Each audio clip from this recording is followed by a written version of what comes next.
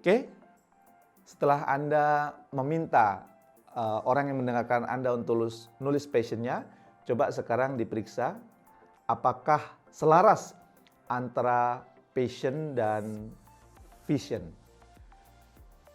Sesuatu yang ia cintai, sesuatu yang menjadi kelebihan, profesi yang dipilih, dan ia ingin dikenal sebagai apa, maka kemudian kaitkan dengan vision-nya.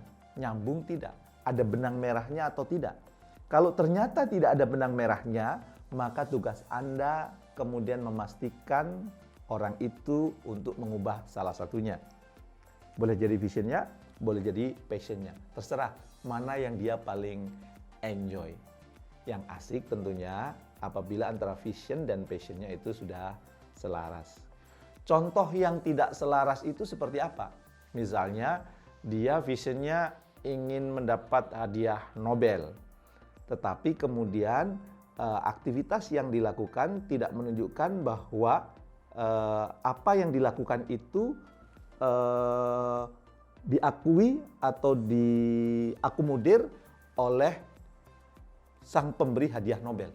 Maka itu tidak selaras.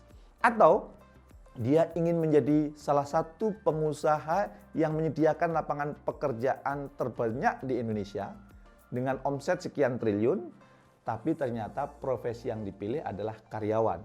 Tentu tidak nyambung, tentu tidak connect.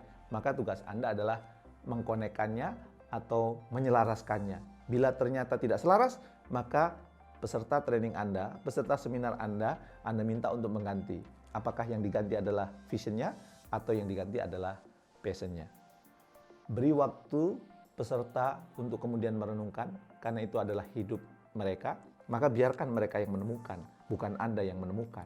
Ya, supaya apa? Supaya mereka menjalani hidup dengan enjoy, dengan asik. Apabila vision dan passion-nya sudah selaras, saatnya Anda meminta peserta untuk menulis resolution. Apa itu resolution?